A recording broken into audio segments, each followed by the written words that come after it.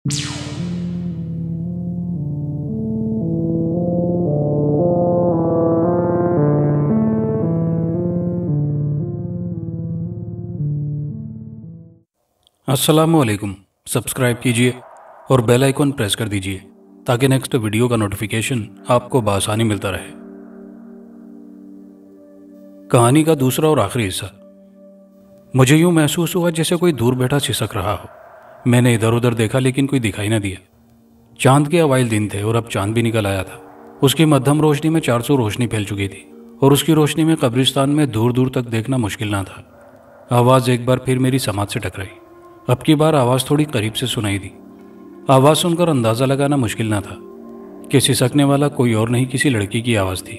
कभी आवाज़ तेज़ हो जाती तो कभी बिल्कुल मध्यम। मैं अपना माल अधूरा छोड़कर आवाज़ की तरफ कान लगाए बैठा था। समझ में नहीं आ रहा था कि आवाज़ आखिर कहाँ से आ रही थी। अब की बार आवाज़ मुझे अपने बहुत ही करीब से सुनाई दी। मैंने कान धर लिए और फिर अगला लम्हा मुझे हवास बाख्ता करने के लिए काफ़ी था, क्योंकि जब मैंने उस आवाज़ को गौर से सुना तो वक्त ज़ाया किए बिना मैं जान चुका था कि आवाज़ कहीं और से नहीं बल्कि जिस जगह अमल कर रहा था मेरे हिसार से कुछ फासले पर वाक़े एक कब्र से आ रही थी। मेरे कदमों तले से ज़मीन सरक गई थी। यूं लग रहा था जैसे आसमान सर पर आ गिरा हो। मेरा हलक खुश्क हो गया था और सांस तक लेना दुश्वार हो गया था। दिल कर रहा था कि अमल को दरमियान में ही छोड़ दूं और यहाँ से चंपत हो जाऊं। मैंने खुद ही अपने पैरों पर कुल्हाड़ी मारी थी। बिला वजह खुद को मुसीबत में फंसा लिया था। अब खौफ के मारे मेरा बुरा हाल हो चुका था। तभी मैंने एक निहायती भयानक मंजर देखा, जिसे देखते ही मेरी ऊपर की सांस ऊपर और नीचे की सांस नीचे अटक कर रह गई। मैंने देखा कि उस कब्र की मिट्टी आहिस्ता आहिस्ता दाएं बाएं सरकने लगी थी।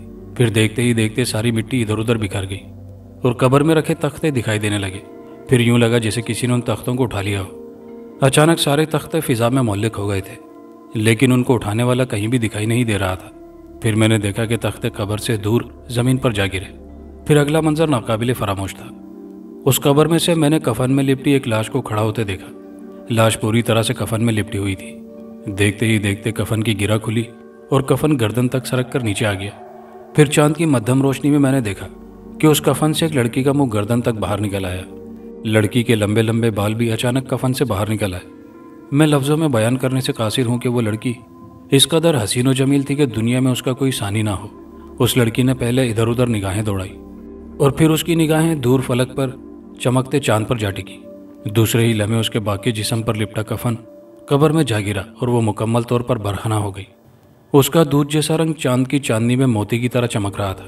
मैं ये भी भूल चुका था कि मैं शहर खामोशा में किस मकसद के लिए बैठा था। मैं तो बस उस महजबी को टिकटिकी बांधे देखे जा रहा था। नजरें थी कि उसके जिस्म पर से हटने का नाम तक न ले रही थी। तभी उसने अपनी निगाहें झुकाई और फिर अचानक उसकी निगाहें मुझ पर आ टिकी तो मुझे देखकर वो मबहूत सी रह गई।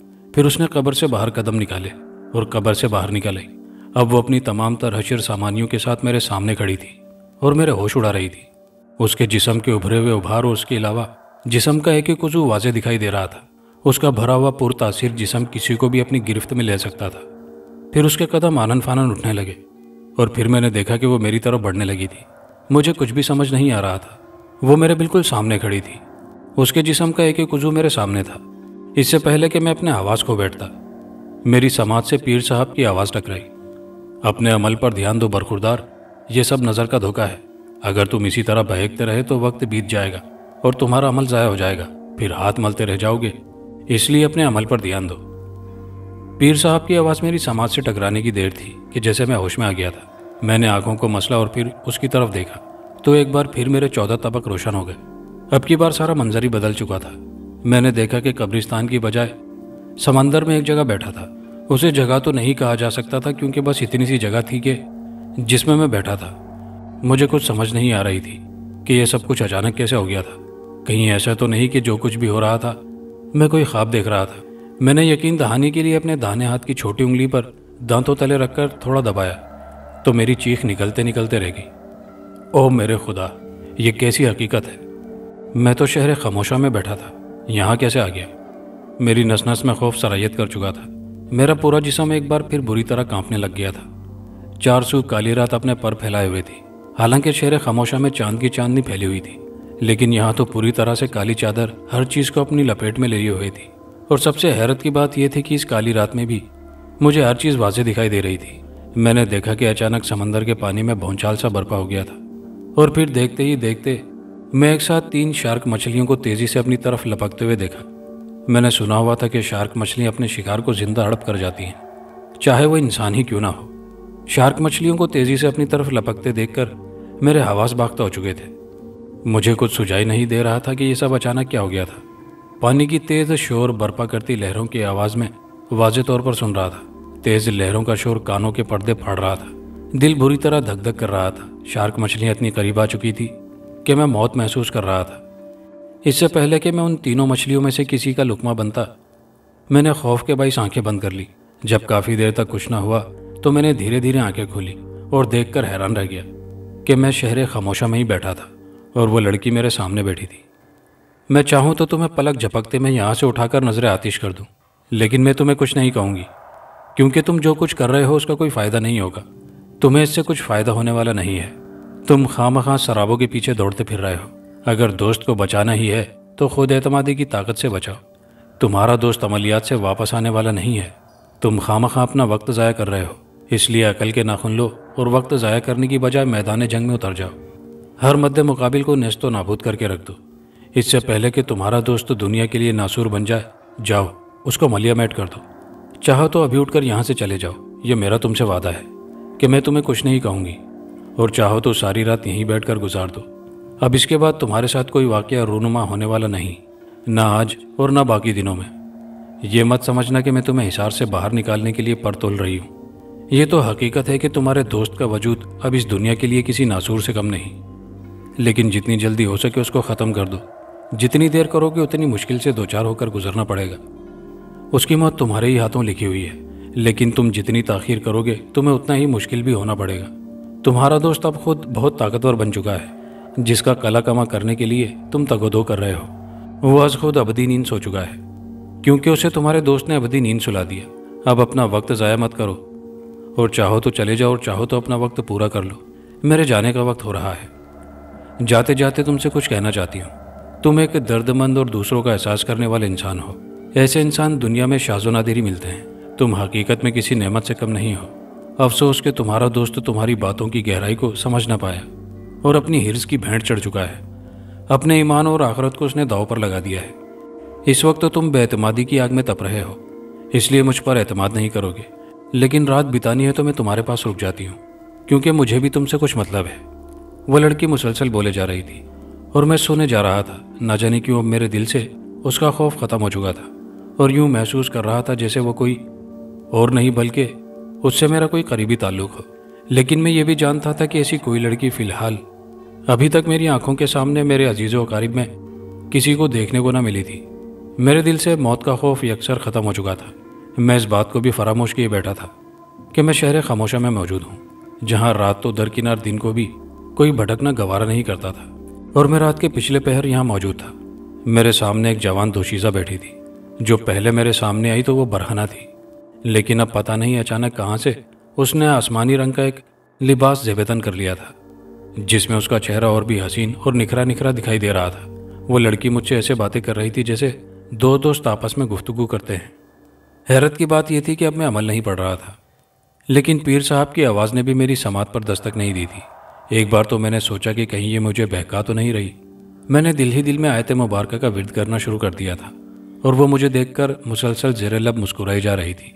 फिर उसने मुझे अपनी रुदात सुनानी शुरू कर दी, जिसे सुनकर मैं हैरत ज़दा रह गया।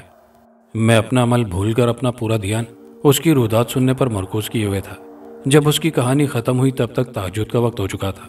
अभी फजर की अजानें नहीं हुई थी, लेकिन पीर साहब ने फरमाया था कि जैसे ही तहज्जुद का वक्त हो तुम वापस लौट आना। उस वक्त कोई भी तुम्हारा बाल तक बीका नहीं कर पाएगा। महेश चंद्र भगवान दास को लिए एक तरफ बैठ गया, जहां वो थे तो सबकी नज़रों के सामने, लेकिन सबसे थोड़ा हटकर। उनकी बातों को सुनने वाला कोई ना था। वैसे भी उनके दरमियान होने वाली गुफ्तगू सरगोशियाना अंदाज में हो रही थी, बावजूद इसके कि कोई भी उनके करीब ना भटका था। दौरान गुफ्तगू महेश चंद्र ने भगवान दास को शुरू से आखिर तक उसकी रुदात सुना डाली और ये भेद भी उस पर खोल दिया था कि रामदास उसे कैसे इस्तेमाल कर रहा है। जैसे ही वो अपने मकसद में सफल होगा, वो उसको भी शैतान देवता के चरणों में भेंट चढ़ा देगा और फिर वो महाशक्तिमान बन जाएगा। पहले तो भगवान दास को उसकी बात पर बिल्कुल यकीन नहीं आ रहा था, लेकिन जब उसने कुछ ऐसे राजों से पर्दा चाक किया जिनका भगवान दास और रामदास के अलावा किसी को भी इल्म न था। तो भगवान दास थोड़ा सा परेशान हो गया। वो सोचने पर मजबूर हो गया था, क्या यह महेश चंद्र जो कुछ कह रहा है वो सब कुछ हकीकत पर मबनी है या उसकी मनगढ़ंत कहानी है। हत्ता कि महेश चंद्र ने भगवान दास को पूरी तरह एतमाद में लिया और उसके दिलो दिमाग में ये बात बिठा दी कि वो वक्त दूर नहीं जब रामदास उसे भी शैतान देवता के चरणों में भेंट चढ़ा देगा, इसलिए जितनी जल्दी हो सके उसका काम तमाम कर दे। वो ये भी जानता था कि भगवान दास ये काम खुद नहीं कर सकता, क्योंकि रामदास पहले से ही बहुत शक्तिशाली था, लेकिन फिलहाल वो भी उसकी कोई मदद नहीं कर सकता था जब तक कि उस हवेली के 400 कायम किए गए हिसार को ख़त्म ना किया जाता। और ये काम भगवान दास ने अपने जिम्मे ले लिया था कि वो फौरन से भी पेशतर उस हिसार को ख़त्म करवा के रहेगा। बाकी काम महेश चंद्र ने अपने जिम्मे ले लिया था कि वो किस तरह रामदास को अबदी नींद सुलाएगा। फिर जब उसने भगवान दास पर यह भेद खोला कि जो भी दूसरे अपने जैसे शक्तिशाली शैतान देवता के पुजारी को शैतान देवता के चरणों में भेंट चढ़ाता है तो उसकी सारी शक्तियां उसको मिल जाती हैं। काली दुनिया का यही उसूल है कि कामयाबी उसी के कदम चूमती है जो दूसरों पर बर्तरी हासिल करता है। रामदास को भगवान दास और महेश चंद्र के दरमियान होने वाली गुफ्तगू से मुताल्लिक कोई मालूमात ना थी, ना ही वो भगवान दास की कोई खास निगरानी करता था। यही बात उसे नुकसान दे गई। आखिर एक दिन भगवान दास ने जब उसे कहा कि मैं हवेली में दाखिल होने लगता हूं तो अक्सर यूं लगता है जैसे आग के बड़े बड़े गोले मेरी तरफ लपक रहे हों। मुझे इस हवेली से डर लगने लग गया है, लिहाजा इस हवेली से मेरा दिल उचाट होने लगा है। मैं यहाँ नहीं रहना चाहता, कहीं और जाकर बसेरा कर लूँ। उसकी बात सुनकर रामदास थोड़ा तजब्जुब का शिकार हुआ। फिर बोला, तुम चिंता क्यों करते हो? ये आग तुम्हें कुछ नहीं कहेगी। ये आग तुम्हारे और मेरे दुश्मनों को ख़त्म करेगी। ये आग एक हिसार की तरह पूरी हवेली को चारों तरफ से अपनी लपेट में लिए हुए है। अगर तुम्हारे, मेरे और हमारे मुलाजिमों के अलावा कोई और इस हवेली में दाखिल हुआ तो यह आग पलक झपकते में उसे जलाकर भस्म कर देगी। मुझे हैरत हो रही है कि इतना शक्तिशाली इंसान अपनी हिफाजत आग से करवा रहा है। क्या उसे खुद पर बिल्कुल एतमाद नहीं है? भगवान दास ने सवाल किया। बात ऐसी नहीं है भगवान दास। दुश्मन हमेशा पीठ पर हमलावर होता है, इसलिए अपनी एहतियात लाजमी होती है। रामदास ने वजाहत की। ऐसी एहतियात से तो डूब मरना लाजिम है। क्या फ़ायदा इन शक्तियों का जो हिफाजत ही न कर पाएं? भगवान दास मुसलसल इस बात पर जोर दे रहा था कि किसी तरह रामदास उस हिसार को ख़त्म करे, लेकिन रामदास भी अपने पैरों पर पानी नहीं आने दे रहा था। यह हिसार भी तो हमारी शक्तियों का एक हिस्सा है। ये हमारी शक्तियां ही हैं भगवान दास, जो हमारी हिफाजत कर रही हैं। रामदास ने उसे अजीब नज़रों से घूरते हुए कहा। लेकिन मुझे खौफ आता है रामदास, इस हिसार से। ख़त्म कर दो इसे। ऐसा भी कौन सा हमारा दुश्मन है जो हमारे इस हिसार की वजह से हम पर निगाहें मरकूज किए हुए है कि हम कब इस हिसार को ख़त्म करें और कब वो हम पर हमलावर हो? भगवान दास ने मुंह फेर कर कहा। उसका दिल चाह रहा था कि फौरन से भी पहले रामदास का गला अपने हाथों से घोंट डाले। उसे रामदास से हद से ज़्यादा नफरत महसूस हो रही थी। वो तो उसे देवता की तरह पूछता था, लेकिन जब उसकी हकीकत उस पर आया हुई तो उसके कदमों तले से ज़मीन सरक गई थी और उसकी नस नस में उसके लिए नफरत के जज्बात उभर गए थे। तुम इसे ख़त्म कर दो रामदास। अपनी शक्तियों पर भरोसा रखो और ख़ुद पर एतमाद रखो। तुम हकीकत में एक शक्तिशाली इंसान हो। मुझे तुम जैसे बहादुर इंसान की शागिर्दी हासिल है, ये मेरे लिए एजाज़ की बात है। लेकिन अगर तुम ऐसी बुज़दिलाना बातें करोगे तो तुम्हारी बातें तो मेरे हौसले भी पस्त करेंगी। रामदास, मुझे एक मकाम बनाना है जैसा कि तुमने अपना बनाया है, और मुझे दुनिया के सामने रहना है, ना कि तुम्हारी तरह चूहे के बिल में छुप कर रहना है। क्या फ़ायदा बरसों की पूजा पाठ का कि फिर भी तुम तहखाने में छुपे रहो और हवेली को चारों तरफ से हिसार लगा के रखो। भगवान दास की तलखो शीरी बातें सुनकर रामदास को गुस्सा ज़रूर आया, लेकिन वो अपने गुस्से पर जब्त कर गया। वो ठीक ही कह रहा था कि एक शक्तिशाली इंसान को ऐसी बातें कहाँ जेब देती हैं। कहीं ऐसा ना हो कि भगवान दास उससे बदजन हो जाए और फिर रफू चक्कर हो जाए या फिर किसी और के हत्थे चढ़ जाए। इसलिए उसे भगवान दास की बात मान लेनी चाहिए थी। वो कौन सा कोई आम इंसान था। उसके सामने बड़े बड़े शक्तिशाली इंसान घुटने टेकते थे। फिर उसे किस बात की फिक्र थी?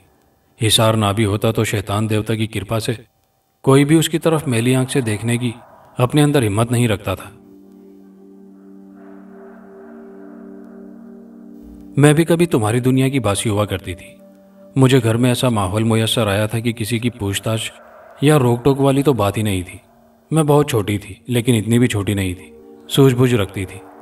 जब मैं देखा करती कि मेरे अब्बू की अदम मौजूदगी में मेरी वालिदा को मिलने कभी कोई आ जाया करता था, जबकि दूसरी तरफ कई बार मैंने अपने अब्बू को भी दूसरी औरतों के साथ आते जाते और नाजेबा हरकत करते देखा था। ये सब देखने की मैं आदी हो गई थी। और एक दिन वो भी आ गया जब मैंने जवानी की दहलीज पर कदम रखा। मेरे हुस्न का चर्चा जंगल में आग की तरह फैल गया था। हर कोई मेरे हुस्न का दीवाना हो गया था। मुझे बहुत अच्छा लगता था जब कोई मेरे फ़ानी हुस्न की तारीफ़ किया करता था। मैं फर्स्ट ईयर में क्या पहुंची कि मेरे दोस्तों की तादाद अचानक ही बढ़ गई। हाई स्कूल तक मेरी दोस्त सिर्फ लड़कियां हुआ करती थी, लेकिन जब मैंने शहर के एक मशहूर प्राइवेट कॉलेज में एडमिशन लिया तो उसका माहौल देखकर एक बार तो आंखें चुंधिया गई। वहाँ के लड़के लड़कियां इकट्ठे पड़ा करते थे। वहाँ भी मैंने देखा कि लड़कों की हवस भरी निगाहें मुझ पर टिकने लग गई हैं। और फिर देखते ही देखते मेरे दोस्तों की तादाद में इजाफा होने लगा था। मेरे दोस्तों में ज़्यादातर लड़के थे। कॉलेज की दोस्ती घर तक आ निकली और मेरे पास भी घर में लड़कों ने आना शुरू कर दिया।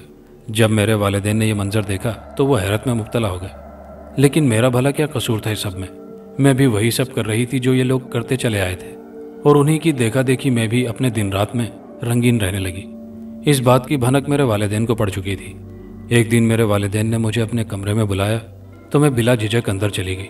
दोनों को सलाम किया, लेकिन जवाब किसी ने न दिया। दोनों ने खा जाने वाली आंखों से मुझे देखा। ये सब क्या हो रहा है? क्या यही तालीम तुम हासिल कर रही हो? तुम्हें शर्म नहीं आती कि तुम कैसे नाजेबा काम करने लगी हो? तुमने तो हमारे मुंह पर कालक मलकर रख दी है। हर किसी की जबान पर तुम्हारे बारे में ही बातें हैं। आखिर तुम करना क्या चाहती हो? क्यों हमारी इज्जत का जनाजा निकालना चाहती हो? मेरे सवाल का जवाब देने की बजाय अब्बू मुझ पर भड़क उठे तो मैंने भवें उचकाकर उनकी जानिब देखा।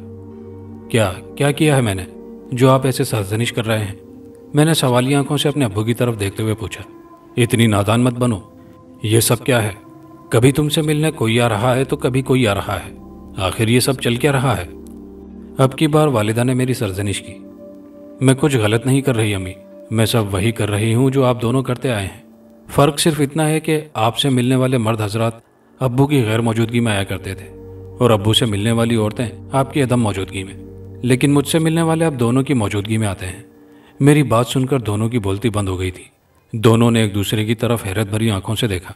दोनों को शायद मुझसे इस जवाब की तवक्को न थी। वो दोनों वैसे भी आज तक यही समझते आए थे कि उनको एक दूसरे के कारनामों का पता नहीं है, लेकिन आज मैंने दोनों का एक साथ भांडा फोड़ दिया था। दोनों में अब इतनी सकत न बची थी कि मुझसे निगाहें मिला पाते। जब मैंने कभी आप लोगों के मामलात में दखल नहीं दी तो आप लोगों को भी नहीं देनी चाहिए। इतना कहकर मैं वहां से चलती बनी और वो दोनों वहीं चुप सादे बैठे रहे। दोनों एक दूसरे से निगाहें मिलाने की जिसारत नहीं कर पा रहे थे, लेकिन मुझे किसी से कोई लेना देना नहीं था। मैं सीधी अपने कमरे में चली आई। जैसे ही मैं अपने कमरे में दाखिल हुई तो अपने एक क्लासमेट हफीज़ सुल्तान को अपना मुंतजिर पाया। मुझे अंदर दाखिल होते देखकर वो खड़ा हो गया और मैं जाकर उसके गले लग गई। हफीज़ सुल्तान का आना जाना लगा ही रहता था। हफीज़ सुल्तान ही नहीं, अब तो पूरा कॉलेज ही मेरे दोस्तों की फहरिस्त में शुमार होने लगा था। कोई ना कोई तो मुझसे मिलने आता ही रहता था। दरवाजे को अंदर से बंद करके मैं उसके साथ ही बेड पर दराज हो गई थी। कच्ची उम्र से ऐसी नाजेबा हरकतों की आदी हो गई थी। मैं समझती थी कि ऐसा करने से जो राहत मुयस्सर आती है शायद मैं इसकी हकदार हूँ, और ऐसा सब कुछ ही तो मैंने अपने वालिदैन को भी करते देखा था। हम दोनों बेड पर लेटे कैफो निशात के लम्हात में खोने लगे। फिर मुझे याद नहीं कि क्या हुआ, क्योंकि ना चाहते हुए भी मेरी निगाहें उसकी फड़कती शहरक पर जा टिकी और दूसरे ही लम्हे मेरे ऊपर के 2 दांत बाहर निकल आए थे। हफीज़ सुल्तान इन सब बातों से बेखबर अपने काम में मगन था। तभी मैंने उसे जोर से जकड़ा और फिर अपने लंबे नोकीले दांत उसकी शहरक में उतार दिए। शहरक जोर जोर से फड़की और फिर उसमें से गरम गरम खून फव्वारे की तरह मैं हलक में उतारने लगी। मैं अजीब मदहोशी महसूस कर रही थी। हफीज़ सुल्तान की चीखें भी उसके अलग में फंस चुकी थी, बावजूद कोशिश के वो खुद को मुझसे न बचा पाया था, और मैंने आन की आन में उसका सारा लहू अपने हलक से नीचे उतार लिया। हफीज़ सुल्तान स्वर्गबाश हो चुका था, लेकिन मुझे इस बात की कतई कोई परवाह न थी। प्यास तो ख़त्म हो गई थी, लेकिन भूख की वजह से पेट में चूहे दौड़ने लगे थे, और फिर देखते ही देखते उसके जिस्म से गोश्त नोच नोच कर खा गई। अब मेरे सामने उसका सिर्फ ढांचा पड़ा था, जिसे रात के पिछले पहर मैंने एक थैले में डालकर घर की छत से उछालकर थोड़ी दूर फेंक दिया था। मुझे उन नाजेबा हरकतों से ज़्यादा उस खून पीने और गोश्त खाने में ज़्यादा मज़ा आता था। मैं जानती थी कि मर्द औरत के जिस्म का पुजारी है। उसकी मोहब्बत की इब्तिदा भी जिस्म से होती है और इंतहा भी। आत्मा तक तो उसकी मोहब्बत जाती ही नहीं है। उस रात में बड़े मज़े से सोई थी। किसी को कानो कान तक खबर ना थी कि हफीज़ सुल्तान कहाँ गया है। उसके वालिदैन उसकी तलाश में फिर रहे थे, लेकिन उसे ना मिलना था ना मिला। उन्होंने मेरे घर भी पता करवाया, लेकिन बेसूद। पुलिस में भी रिपोर्ट दर्ज कराई, लेकिन वो होता तो मिलता। फिर पता चला कि किसी राहगीर ने थैला देखा और उसमें हड्डियों को देखकर पुलिस को मुत्तला किया।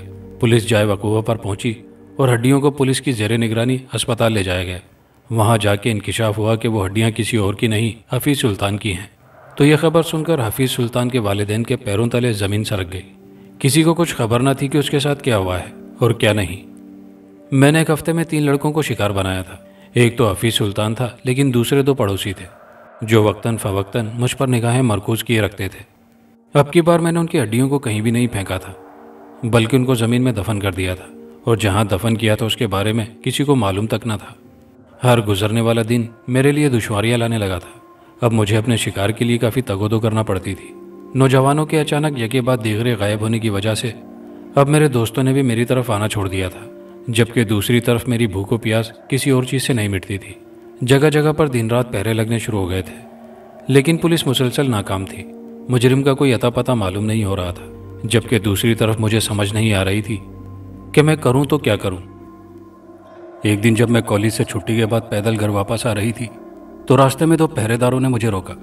इत्तेफाक से उस वक्त वहां कोई भी ना था।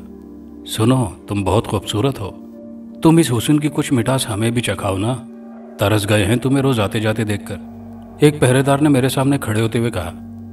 इतना ही शौक है तो रात के वक्त आ जाना, अगर तुम आ गए तो जैसे तुम्हारी मनमर्जी वैसे करना। मैंने निचला होंठ दांतों तले दबाकर कहा। रात को ही क्यों, अभी कौन सी कयामत बर्पा हो जाएगी, पल 2 पल की बात है, आ जाओ जानम। दूसरे ने मेरा हाथ पकड़कर अपनी रिहाइश की तरफ ले जाते हुए कहा। वो दोनों ही पुलिस एहलकार थे। ऐसे पुलिस एहलकारों के लिए एक छोटा सा कमरा और एक अटैच बाथ बनाया गया था, जहां वो ज़रूरत का सामान रख लेते थे और आराम भी कर लिया करते थे। मैंने उसकी इस हरकत पर चूंचरा न की, बल्कि चुपचाप उसके साथ चल पड़ी थी। दूसरा नौजवान भी हमारे पीछे हो लिया। उसने पहले मुझे कमरे के अंदर धकेला और फिर इधर उधर देखने के बाद अंदर आ गया और आते ही भेड़िए का रूप धार लिया। लेकिन वह इस बात से बेखबर था कि उसकी ज़िंदगी के दिन गिने जा चुके हैं। पलक झपकते में हम बरहाना एक तरफ पड़ी खटारा सी चारपाई पर पड़े थे। मैंने कोई रोक टोक न की थी, वो अपनी मनमानी कर रहा था। मैं तो बस इस बात की मुंतजिर थी कि कब उसकी हिम्मत जवाब दे और मैं अपना काम शुरू करूं। उसकी हवस की आग जैसे ही ठंडी हुई, मेरे बड़े हुए दांत उसकी शेरग में घुस चुके थे। दूसरे ही लम्हे एक मध्यम सी चीख उसके हलक से निकली। चीख इतनी मध्यम ना थी, क्योंकि बाहर खड़े नौजवान ने उस चीख को सुन लिया था। उसने दरवाज़ा खटखटाया, लेकिन मुझे उसकी तरफ से कोई फिक्र ना थी। उसको अबदी नींद सुनाकर मैं दरवाजे के साथ हो ली। दरवाज़ा खोलो अफजल खान।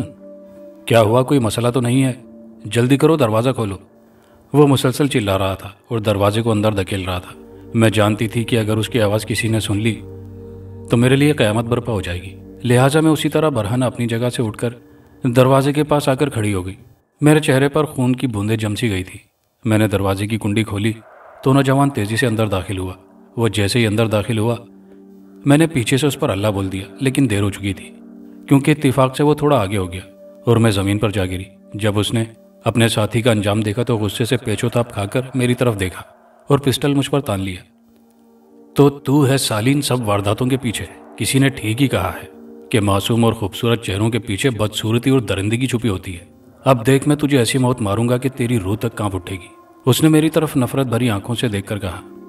नहीं नहीं, मुझे मत मारो, मैं वादा करती हूँ कि आइंदा कभी भी कोई ऐसा काम नहीं करूंगी। खुदा के लिए मुझे माफ़ कर दो। मैंने ज़मीन से उठते हुए रहम तलब निगाहों से उसे देखते हुए कहा, लेकिन आन की आन में उसका पिस्टल मेरे सीने को छलनी कर चुका था। मुझे यूं लग रहा था जैसे किसी ने गर्म दहकती लोहे की सलाखें मेरे जिस्म में घुसेड़ दी हों। मेरे मुंह से दिलदोज़ चीखें निकल रही थी। चीखों की आवाज़ सुनकर आस पड़ोस वाले और फिर पुलिस भी इकट्ठी हो गई थी। उस कांस्टेबल ने सारी बात बताई और यूं मेरा किस्सा तमाम हो गया। उस दिन से लेकर आज तक जहन्नुम की आग में झुलस रही हूँ। बस तुमसे एक फरियाद करती हूँ कि एक बार मेरी कब्र पर आकर कुरान ख्वानी करवा दो। मुझ पर से अज़ाब इलाही ख़त्म हो जाएगा।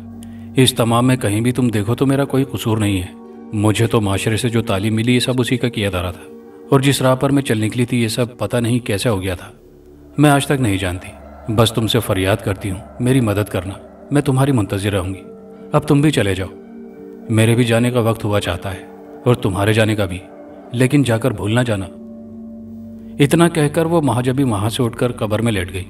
दूर पड़े तख्ते खुद ब खुद उठकर उसकी कब्र पर अपनी मतलूबा जगह पर आकर टिक गए थे और मिट्टी भी सरक कर अपनी असली जगह पर इकट्ठी हो गई थी। तभी पीर साहब की आवाज़ सुनाई दी। आ जाओ बेटा, तुम्हारा वक्त पूरा हो चुका है, मैं तुम्हारा इंतज़ार कर रहा हूँ। मेरे अंदर से मौत का खौफ मान पड़ चुका था।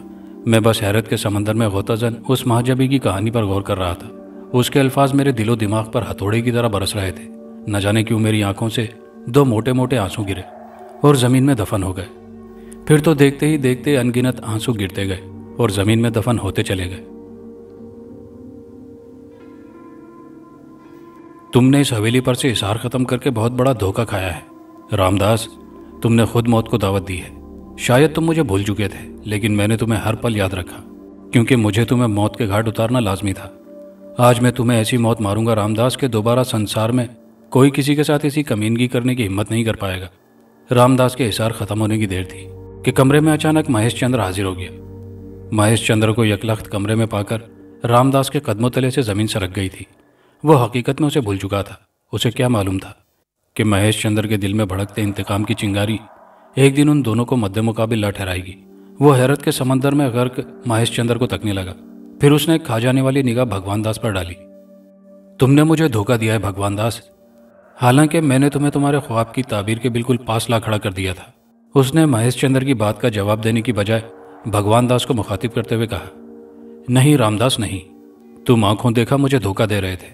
वो तो बर वक्त महेश चंद्र से मेरी मुलाकात हो गई और उसने तुम्हारा असली रूप मेरे सामने जाहिर कर दिया। भगवान दास ने उसकी बात सुनकर फौरन जवाब दिया, जिसे सुनकर रामदास चौंका नहीं, बल्कि उसने अपने मुंतशिर होते जज्बात को काबू में रखा। नहीं भगवान दास, धोखा तुम्हें मैंने नहीं बल्कि इस शख्स ने दिया है। मुझ तक रसाई हासिल करने के लिए इसने तुम्हें अपना अलायकार बनाया है। मुझे अफसोस है तुम पर भगवान दास कि तुमने मुझे पल भर में धोखा दे डाला। रामदास ने अंधेरे में तीर छोड़ा था, लेकिन वो फिर भी निशाने पर जा लगा। उसकी बात सुनकर भगवान दास सोचों के भंवर में फंस गया। उसने तो सोचा भी नहीं था कि महेश चंद्र उसे इस्तेमाल भी कर सकता है। अगर रामदास ने उसे बाद में ख़त्म करना ही होता तो वो उसे उसकी ख्वाहिश के मुताबिक सब कुछ क्यों देता। वो अपने मकसद के हुसूल के लिए किसी को भी इस्तेमाल कर सकता था। यही सब कुछ वो किसी और को भी दे सकता था, लेकिन उसने उसका ही इंतखाब किया था, जबकि वाकई महेश चंद्र ने उसे धोखा दिया था। दूसरी तरफ महेश चंद्र ने भगवान दास का दिमाग पढ़ लिया था। वो जानता था कि हालात की नज़ाकत को मद्देनज़र रखते हुए अगर फ़ौरन रामदास का खात्मा न किया तो वो एक बार फिर से उसे धोखा दे सकता है।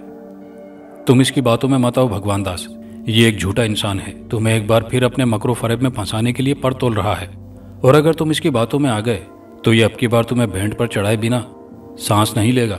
महेश चंद्र ने भगवान दास का दिमाग पढ़ने के बाद कहा, नहीं महेश चंद्र, धोखा मुझे रामदास ने नहीं बल्कि तुमने दिया है, और अब तुम यहाँ तक तो आ गए हो, लेकिन यहाँ से तुम्हारा बचकर जाना नामुमकिन है। मैं तुम्हारे साथ हूँ। मैंने जो कुछ किया उसके लिए मुझे माफ़ कर देना। अब मुझे बताओ क्या करना है। मैं तुम्हारी खातिर अपनी जान तक देने के लिए तैयार हूँ। भगवान दास की बात सुनकर दोनों का माथा ठनका। महेश चंद्र ने हैरत से उसकी तरफ देखा। नहीं भगवान दास, तुम इसका साथ नहीं दोगे। अगर तुमने इसका साथ दिया तो मैं तुम्हारी शक्तियाँ ख़त्म कर दूंगा और फिर तुम एक आम इंसान रह जाओगे। इसलिए सोच समझकर फैसला करो। महेश चंद्र ने गुस्से से पेचोताप खाकर भगवान दास को देखते हुए कहा, इसकी बातों की तरफ ध्यान मत दो भगवान दास।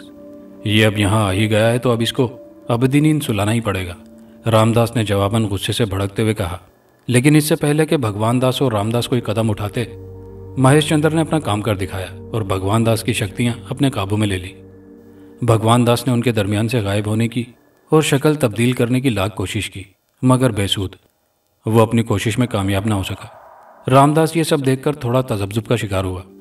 भगवान दास ने रहम तलब नज़रों से रामदास को देखा, लेकिन अब वो उसके लिए कुछ भी नहीं कर सकता था।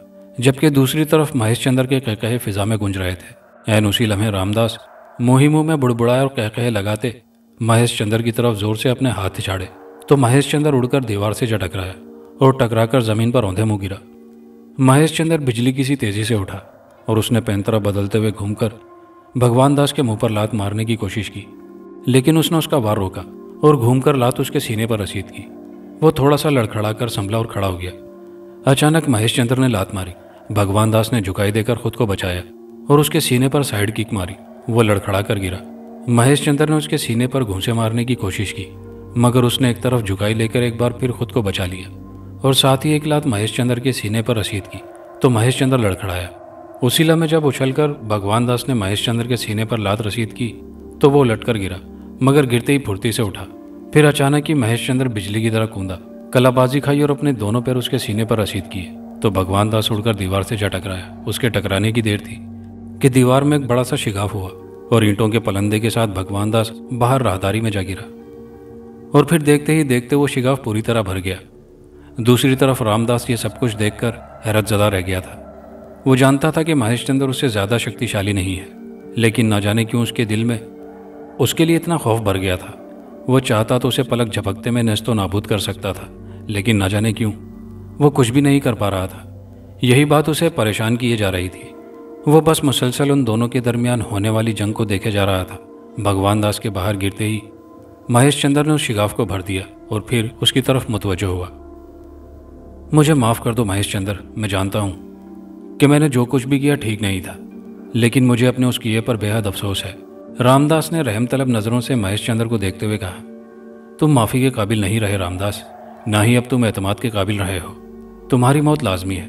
महेश चंद्र ने भवें सुकेड़ते हुए उसे खा जाने वाली नज़रों से देखते हुए कहा। कबल इसके कि महेश चंद्र उसकी तरफ कदम बढ़ाता, रामदास ने एक बार फिर अपने हाथों को उसकी तरफ झटका दिया तो दर्जनों नाग अचानक जाहिर हुए और उन्होंने महेश चंद्र की तरफ दौड़ लगाई। लेकिन शायद महेश चंद्र इस हमले के लिए अब तैयार हो चुका था। उसने भी जवाबन अपने हाथों को झटका तो सांपों ने रुख बदला और रामदास की तरफ दौड़े। अपने ही वार को खाली जाते देखकर और फिर नागों को अपनी सिमत मुड़ते देखकर रामदास के हाथों के तोते उड़ गए। उसने मुंह ही मुंह में तेजी से कुछ पढ़कर उन नागों पर फूंक मारी तो नाग गधे के सर से सींग की तरह गायब हो गए। एक बार फिर रामदास ने पहल की और अपना बायां पांव जोर से जमीन पर पटका और अचानक महेश चंद्र को यूं लगा जैसे उसको किसी ने उठाकर दहकती आग में फेंक दिया हो। उसने देखा कि उसके चारों तरफ आग का एक हिसार बन चुका था और आग की तपिश उसके जिस्म को झुलसा रही थी। अब ये आग का लाव तुम्हें जलाकर भस्म कर देगा। महेश चंद्र, तुम्हारे अंतिम संस्कार का मैंने बंदोबस्त कर दिया था। तुम्हें नई आने वाली जिंदगी मुबारक हो। अब तुम मरने के लिए तैयार हो जाओ। रामदास ने महेश चंद्र को आग के हिसार में फंसा देखकर कहा तो उसकी बात सुनकर महेश चंद्र ज़रे लब मुस्कुराया और दूसरे ही समय आग बुझ गई। अब की बार तो रामदास हकीकत में मुस्तरिब हो गया था। नहीं रामदास नहीं, अब तुम्हारा कोई वार कोई हिसार मेरा बाल भी बिका नहीं कर सकता। तुमने जितने पुर्जे निकालने थे निकाल लिए, जितनी तगोदो और हिम्मत दिखाई थी दिखा ली। अब मेरी बारी है। तुमने तो सुना ही होगा 100 सुनार की और 1 लोहार की, तो आज वैसा ही होगा। तुमने अपनी शक्तियों को आजमा लिया, लेकिन अब मेरी बारी है। देखो मैं तुम्हारे साथ क्या करता हूँ। इसके साथ ही महेश चंद्र ने अपना पहला वार किया और दूसरे ही लम्हे रामदास का पूरा शरीर आग की लपेट में आ गया। रामदास की चीखें और महेश चंद्र के कहकहे फिजा में बुलंद हो रहे थे। महेश चंद्र कहकहे लगाने में इस कदर मगन था कि उसे पता ही न चला कि रामदास ने पलक झपकते में किस कदर चुस्ती दिखाई और आकर महेश चंद्र से लिपट गया। महेश चंद्र इस सब के लिए कतन तैयार ना था, इसीलिए वो अपने बचाव के लिए कुछ न कर सका। अपने बचाव के लिए वो लाख हाथ पांव मारता रहा, लेकिन दूसरी तरफ रामदास ने भी उसे बुरी तरह जकड़ा हुआ था। कहकहों का सिलसिला थम चुका था। अब सिर्फ चीखों की आवाज़ सुनाई दे रही थी और फिर देखते ही देखते वो भी मांद पड़ चुकी थी। दूसरी तरफ भगवान दास दीवार में बुरी तरह से टकराया था और फिर शिगाफ हुआ और ईंटों के अंबार के साथ वह गुलाम गर्दिश में जा गिरा था। एक बार तो उसे यूं लगा जैसे उसकी नस नस में दर्द की टीसें उठ रही हों।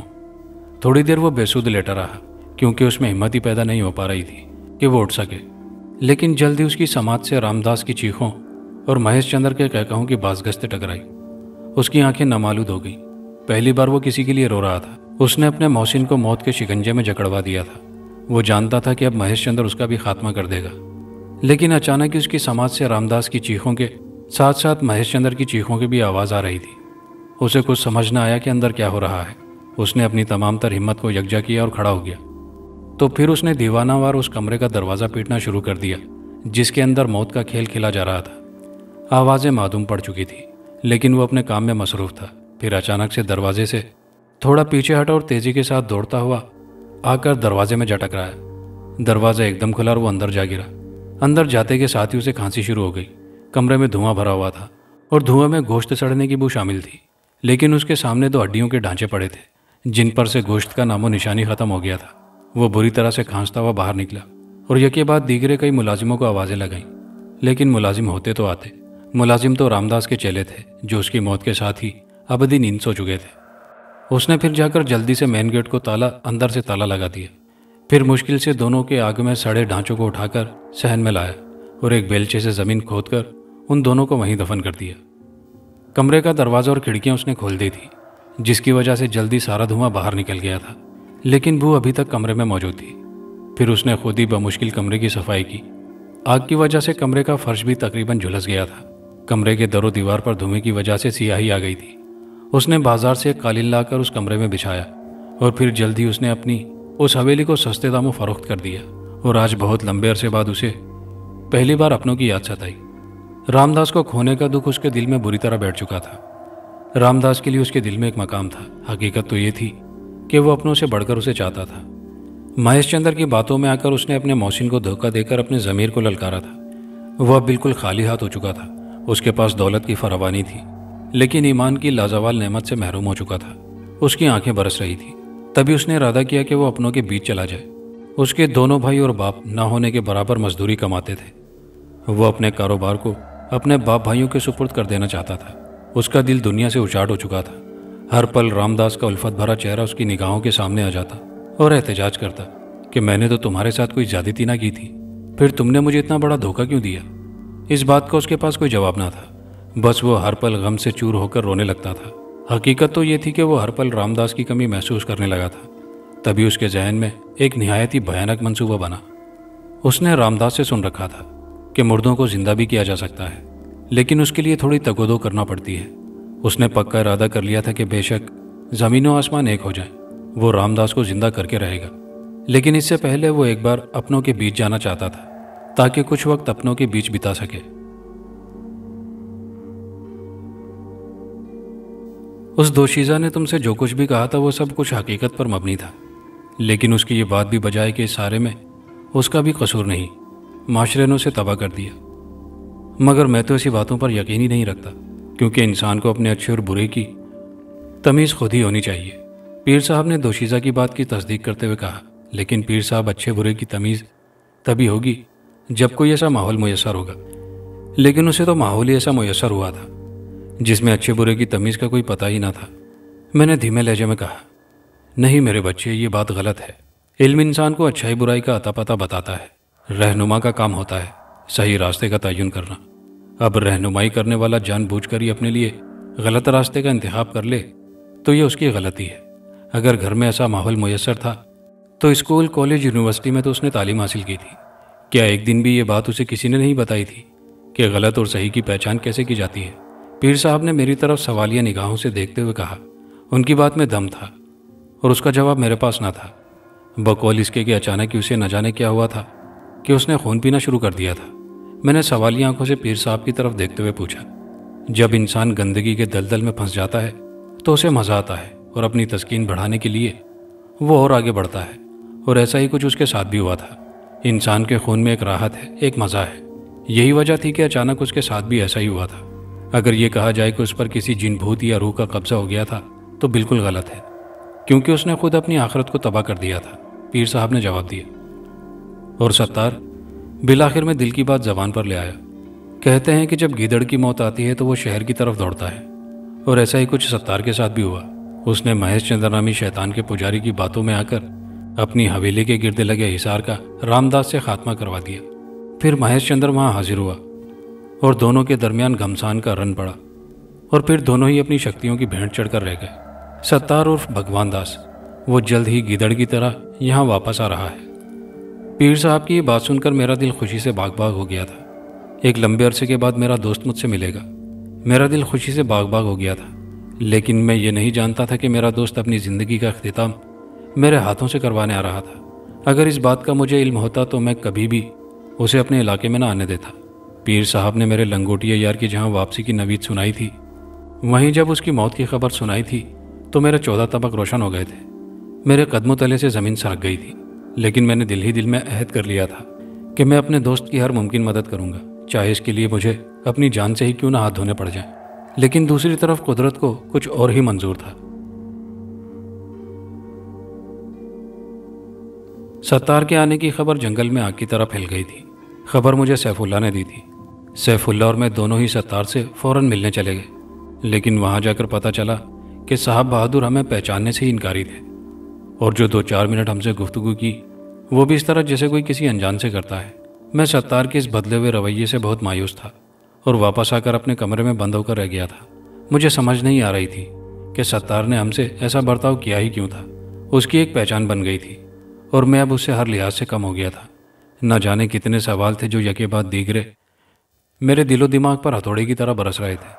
कभी आंखें नामालूद हो जाती तो कभी दिल घायल होने लगता। दिल चाह रहा था कि फ़ौरन से भी पहले जाऊं और जाकर अभी उसका गला दबा डालूं, ताकि ना रहे बांस और ना बजे बांसुरी। ये सब क्या हो रहा था मुझे कुछ समझ नहीं आ रहा था। मुझे जिस कदर उससे मिलने की तमन्ना थी उससे कहीं दर्जे ज़्यादा उससे नफरत हो गई थी। मेरे दिल में उसके लिए जितने भी एहसासात और तमन्नाएं थी सब मांद पड़ चुके थे। मेरा दिल चाह रहा था कि पलक झपकते मैं उसकी गर्दन सर से उड़ा डालूं। वो इंसान जो कभी मेरा यार था आज मेरे साथ ऐसे बेरुखी से बात कर रहा था जैसे मुझ पर एहसान कर रहा हो। मेरा दिल उससे उचाट हो गया था। उसकी हकीकत से मैं आशना था और मुझे पता था कि जल्द या बदेर वो अपनी असलियत पर ज़रूर उतरेगा। पहले जहां मुझे उसको बचाने की ख्वाहिश थी, अब वहीं उस दरिंदे का सफाया करने का पक्का इरादा कर चुका था। पीर साहब की बात मेरे कानों में पिघले शीशे की तरह सख्त हो गई थी कि गीदड़ की मौत आती है तो वो शहर का रुख करता है, और उसकी मौत आ चुकी थी। वो खुद ही मरने के लिए आ गया था, और अगर उसकी मौत वाकई मेरे हाथों से लिखी थी तो ऐसी मौत मारूंगा उसे कि याद रखेगा। सारी हेकड़ी निकाल कर रख दूंगा उसकी।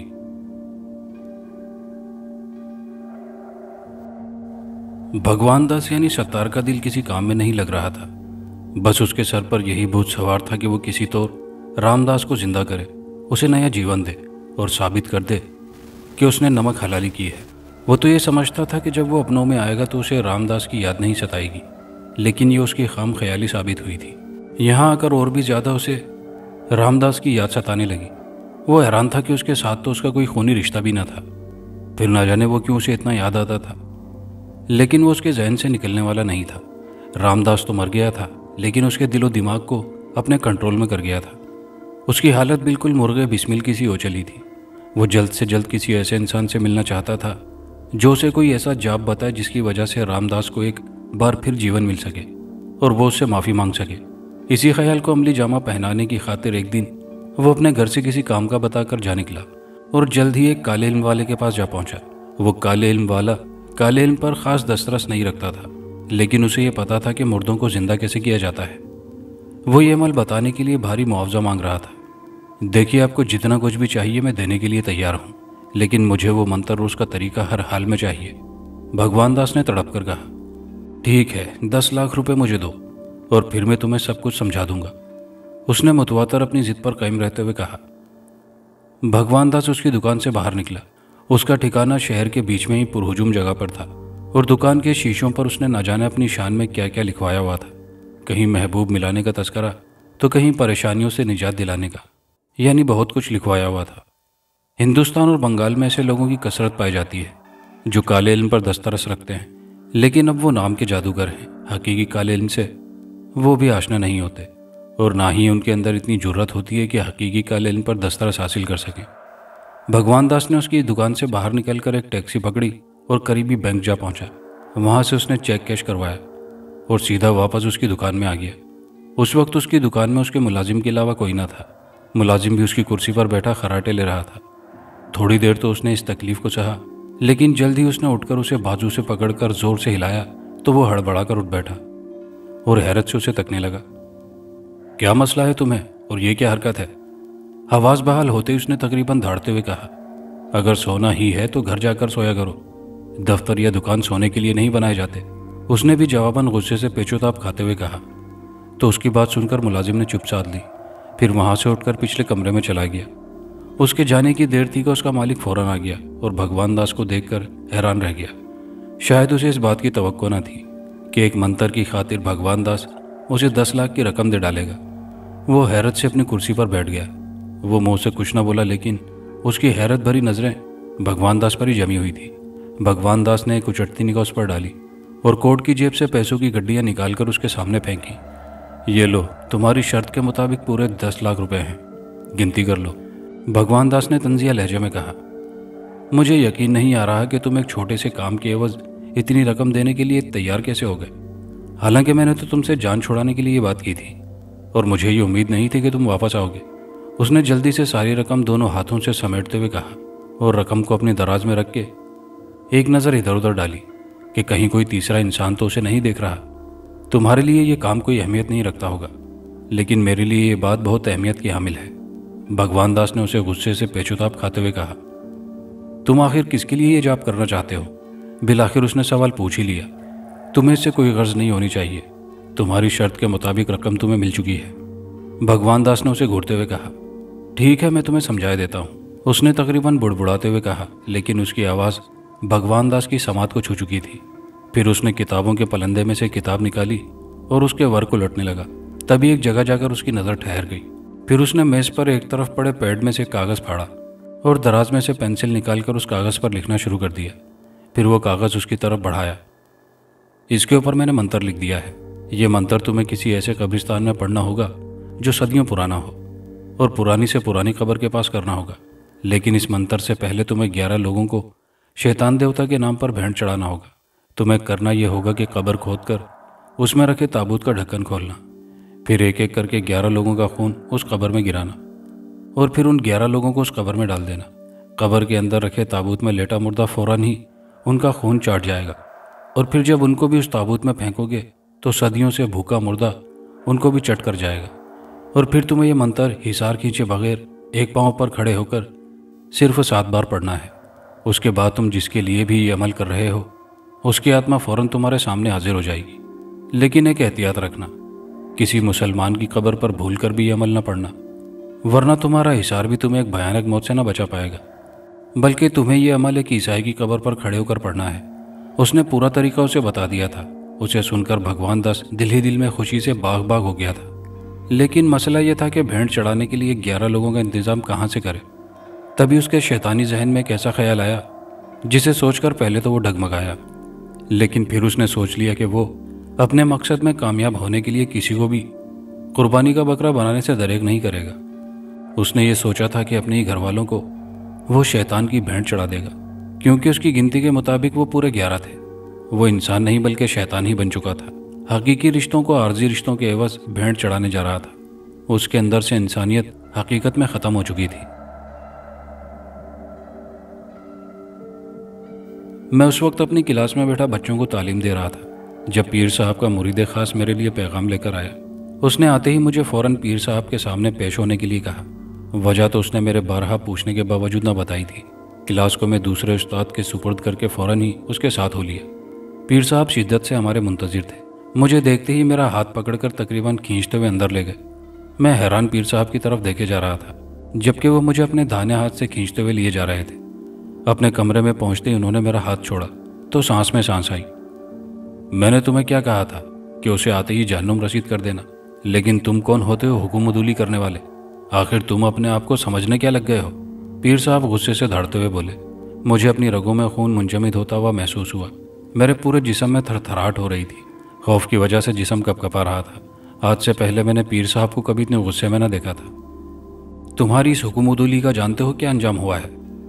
आज वो अपने पूरे ख़ानदान को शैतान की भेंट देने जा रहा है और रामदास को नया जीवन देने लगा है। तुम जानते नहीं हो, अगर रामदास को नया जीवन मिल गया तो पहले वो अपना शरीर मांगेगा। तुम ये भी जानते हो कि रामदास किसी का नहीं बल्कि भगवान दास के शरीर का ही इंतखाब करेगा, और फिर उसके बाद वो खून की होली खेलेगा। उसे कोई भी रोक नहीं सकेगा, ना तुम ना मैं। पीर साहब की बात सुनकर मैं हैरान रह गया था। क्या कोई इंसान इतना भी गिर सकता है? यह सब कैसे मुमकिन हो सकता है कि एक इंसान अपने ही प्यारों को अपने हाथों से भेंट चढ़ा डाले? लेकिन शैतान के पुजारियों के अंदर दिल होता ही कब है? शैतान तो पहले ही घड़ी में उनका दिल निकाल कर चबा जाता है, उनके अंदर से एहसास और दर्द को ख़त्म कर देता है, फिर उन्हें अपने ही जैसा सफाक और जालिम दरिंदा बना देता है। मैं अपनी उस गलती के लिए बहुत शर्मिंदा हूँ पीर साहब, लेकिन मैं उसे ऐसे कैसे कत्ल कर सकता था? मेरे पास किसी को दिखाने के लिए क्या था कि यह इंसान शैतान का पुजारी और दुनिया के लिए नासूर है।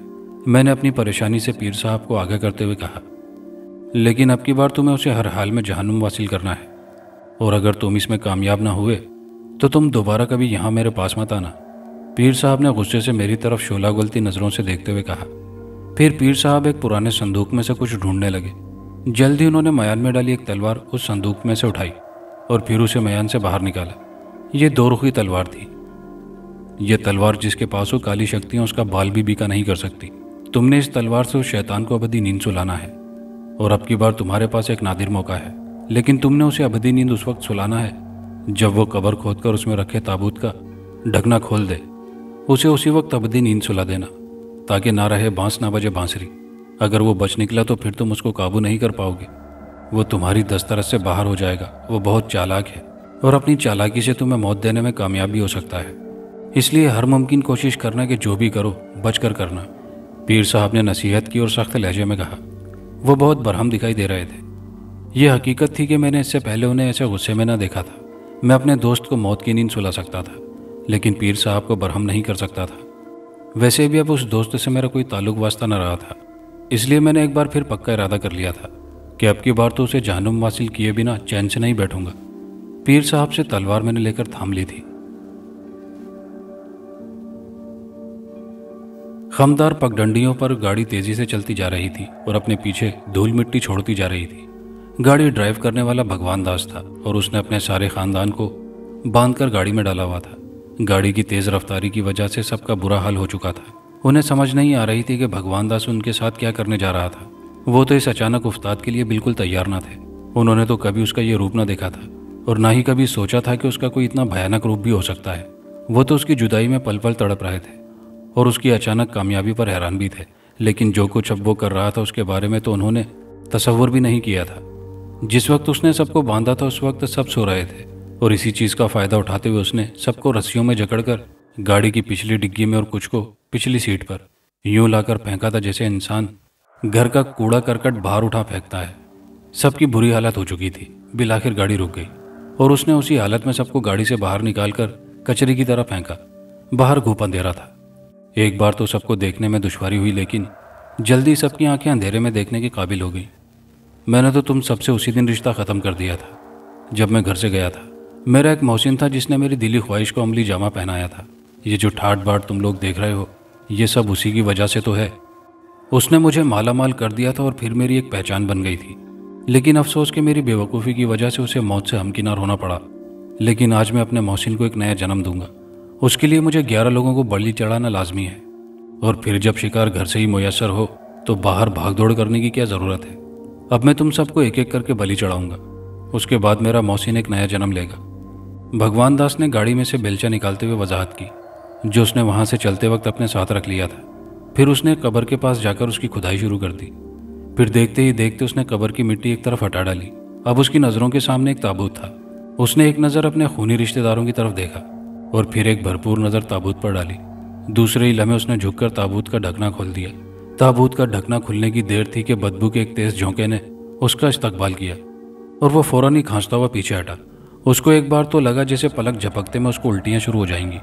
जब उसकी हालत कुछ संभली तो वो सीधा खड़ा हो गया, लेकिन दूसरे ही लम्हे अगला मंजर देखकर उसके कदमों तले से ज़मीन सरक गई।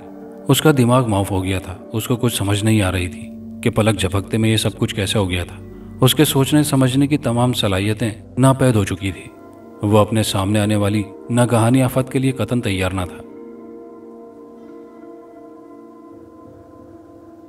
पीर साहब ने अपने इल्म के जरिए मुझे कब्रिस्तान के उस हिस्से में पहुंचा दिया था जहां पर थोड़ी देर बाद भगवान दास अपने खानदान को लेकर आने वाला था, जहां पर वो अपने खूनी मंसूबे को अमली जामा पहनाने वाला था और मुझे उसको रोकने की जिम्मेदारी सौंपी गई थी। और आज तो मैं अहद करके आया था कि यह खबीज इंसान मेरे हाथों से जिंदा बच जाने की कोशिश नहीं कर पाएगा।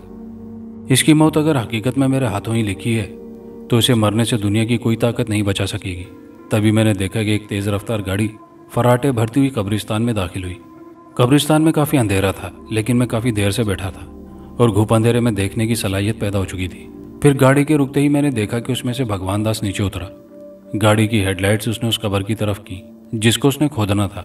गाड़ी की हेडलाइट्स की तेज़ रोशनी ने कब्रिस्तान में दिन का सा समा पैदा कर दिया था।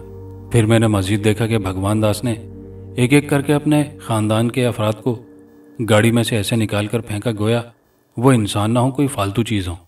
फिर भगवान दास के हाथों में एक बेलचा दिखाई दिया और उसने आते ही तेज़ी से कब्र की मिट्टी हटाकर कब्र में रखे ताबूत का ढक्कन खोल दिया। ताबूत खुलते ही बदबू के भपकों ने उसे बेहाल कर दिया और वही वक्त था जो मेरे लिए मौका गनीमत था। मैं भी पलक झपकते में उसके सर हो लिया। उस वक्त जब उसकी तबीयत कुछ संभली तो वो सीधा खड़ा हुआ और मुझे अपने सामने तलवार लिए देखकर उसकी आंखें हैरत से खुली की खुली रह गई। तुम्हारा खेल खत्म हो गया भगवान दास। तुमने आज तक जो कुछ भी किया उसके एवज आज तुम्हें भी अपने मोहसिन रामदास के पास ही जाना होगा। उसे हैरत ज़दा देखकर मैंने कहा, भगवान दास इतनी जल्दी किसी से मात नहीं खाने वाला। इस खाम ख्याली को अपने जहन से खुरच कर निकाल फेंको और यहाँ से चलते बनो, वरना इनमें से अपने ख़ानदान की तरफ इशारा करते हुए, लेकिन रुख मेरी ही तरफ रखकर, एक की जान बख्शी हो जाएगी और उसकी जगह कुर्बानी का बकरा तुम बन जाओगे। भगवान दास ने जल्द ही अपने मुंतशिर होते हवास पर काबू पाया और गोया हुआ, तुम भी इस खाम ख्याली को अपने दिमाग से खुरच फेंको भगवान दास। क्योंकि मरने वाले दोबारा दुनिया में लौटा नहीं करते, और ख़ासकर रामदास। वो तो इस वक्त जहन्नुम में अपने कर्मों की सज़ा पा रहा होगा।